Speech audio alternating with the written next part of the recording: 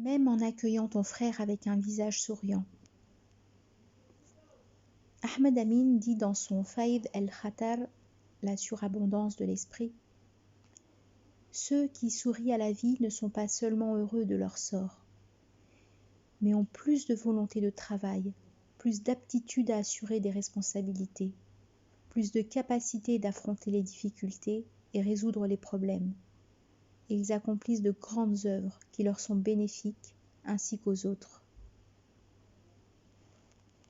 Si on me donnait à choisir entre beaucoup d'argent ou un poste très important et une âme satisfaite, souriante, je choisirais la seconde. Que peut faire en effet l'argent avec la maussaderie? Et de quel intérêt serait le poste avec l'amertume? Et quel bien apporterait tout ce qui existe dans la vie si on est embarrassé, peiné, comme quelqu'un qui revient de l'enterrement d'un ami cher? Et qu'est-ce qu'une belle épouse si elle transforme la maison en enfer? Une épouse moins belle qu'elle, qui arrive à faire de sa maison un paradis, est 1000 fois meilleure.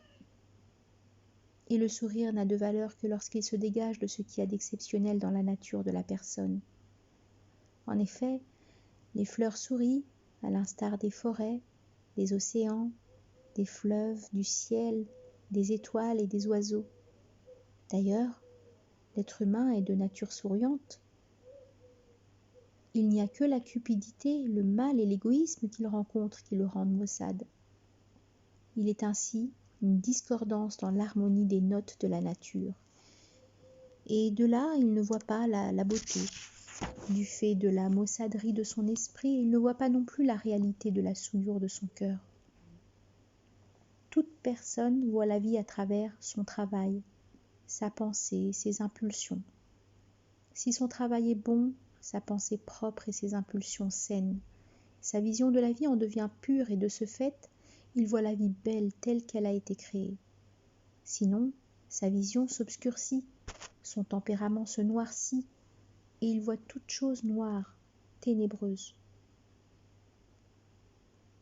Il y a des âmes qui peuvent transformer toute chose en malheur et d'autres qui en font du bonheur. Il existe un genre de femme au foyer qui ne voit que les défauts.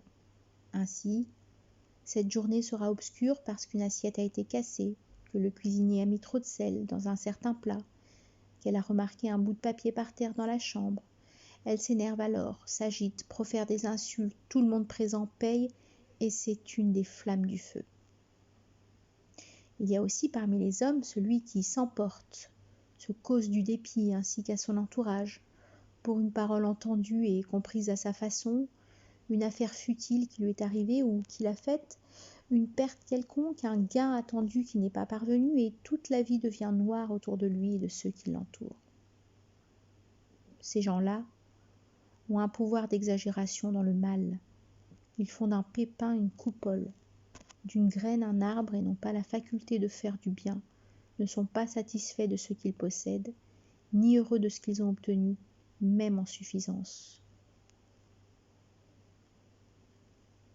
La vie est un art qui s'apprend. Et le mieux pour l'être humain est de se consacrer à pourvoir sa vie de fleurs, de basilic et d'amour, au lieu de persévérer à assembler la fortune dans sa poche ou dans sa banque. Que devient la vie si tous les efforts se dirigent uniquement vers l'entassement de fonds, négligeant ainsi de développer le côté comprenant la beauté, la compassion et l'amour? La majorité des gens n'ouvrent pas leurs yeux au bonheur, mais au dirham et au dinar. Ils passent devant les jardins luxuriants, les jolies fleurs, l'eau ruisselante et les oiseaux gazouillants sans en tenir compte, mais en s'intéressant au dinar qui rentre et à celui qui sort. Le dinar n'est qu'un moyen de la belle vie, mais eux, ils ont renversé la situation en vendant l'existence heureuse pour cet amour de l'argent. Nos yeux nous ont été implantés pour regarder la beauté, mais nous les avons habitués à ne voir que le dinar.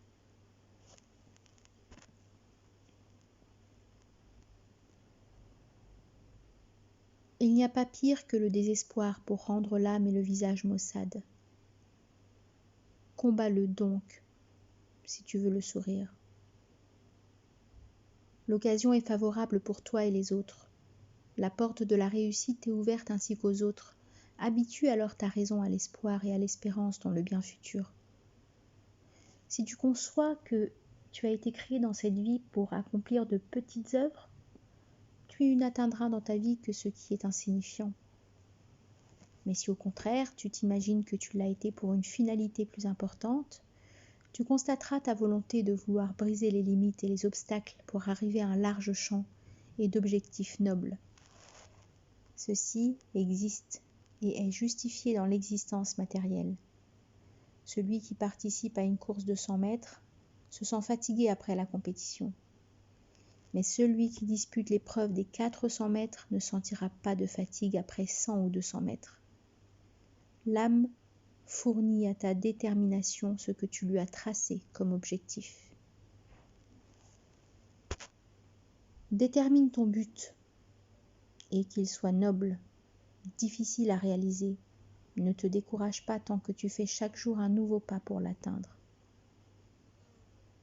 Mais ce qui entartre l'âme, la ternit et la claustre dans une prison sombre, c'est le désespoir et la désespérance. La mauvaise existence au vu des méfaits, la recherche des défauts des gens et la complaisance de parler des méfaits des autres, pas plus.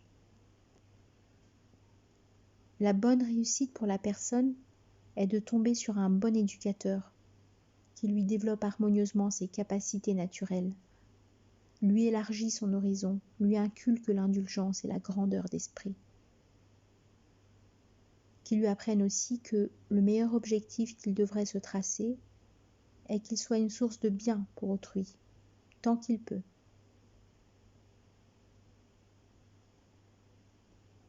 Que son âme soit un soleil rayonnant de lumière, d'amour et de bienfaisance, que son cœur soit rempli de sentiments, de bonté, d'humanité et d'altruisme envers toutes ses relations. L'âme souriante a du plaisir à rencontrer les difficultés qu'elle veut surmonter. Elle les regarde, le sourire aux lèvres, les traite en souriant et en vient à bout en souriant. L'âme maussade ne les regarde pas, elle les évite. Et si par hasard elle les rencontre, elle en fait une immensité, minimisant sa capacité et se justifiant par « ou »,« si »,« lorsque ». Et cette exécration du temps n'est due qu'à son éducation et à son tempérament. Tout simplement, il veut réussir dans la vie sans frais.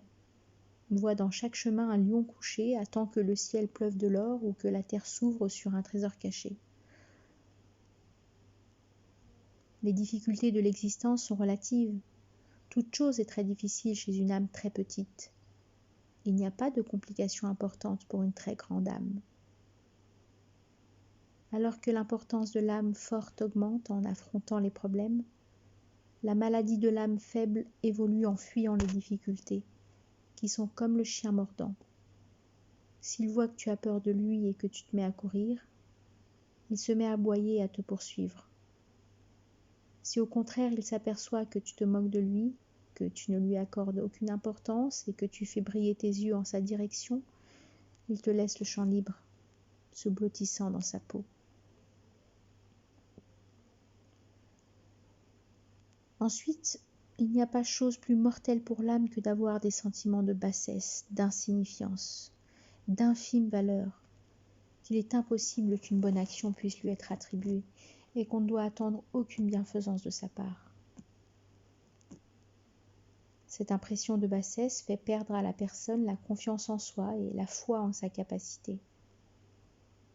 C'est de là que, quand elle entame un travail, elle a des doutes sur son aptitude, la possibilité de réussite, et le traite avec indolence si bien qu'elle échoue dans sa tâche.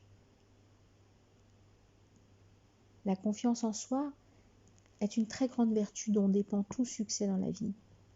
Ne la confondons alors surtout pas avec la fatuité, qui n'est qu'une dépravation. La différence entre les deux, c'est que, dans la seconde, l'âme compte sur l'imagination et l'arrogance. Par contre, dans la première, elle compte sur sa capacité, sa prise de conscience et de la responsabilité, la consolidation de ses facultés et l'amélioration de sa préparation. Ilya Abu Madhi a dit « Il a dit, le ciel est triste et s'est renfrogné.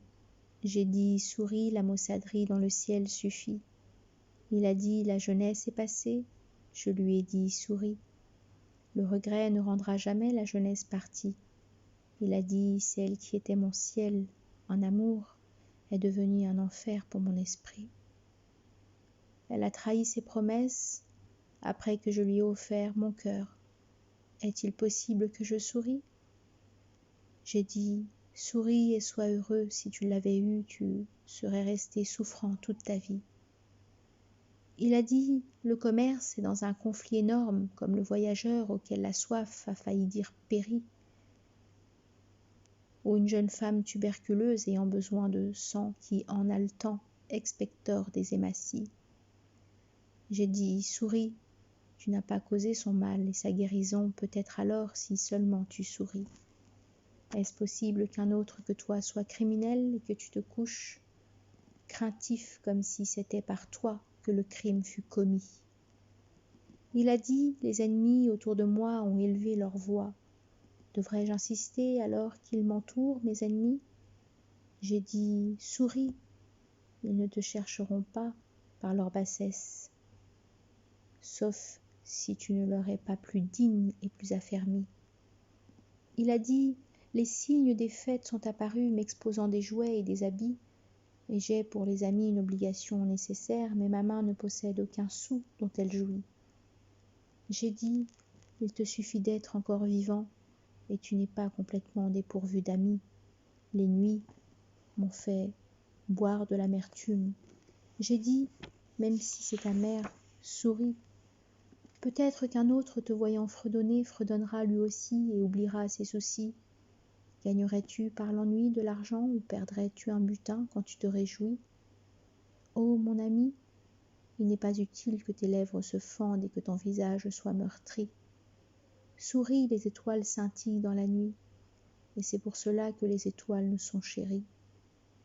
Il a dit, l'allégresse ne fait pas le bonheur de quelqu'un, qui vient et s'en va malgré lui de la vie.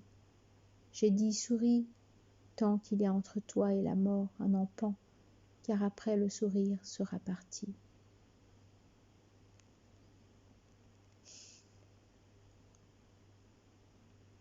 Comme nous avons besoin de sourire, de jovialité au visage, d'aise, de caractère posé, de douceur de l'âme et l'indulgence de l'aspect. Allah m'a révélé que vous soyez modestes pour qu'aucun n'opprime un autre et qu'aucun ne prétende être meilleur qu'un autre.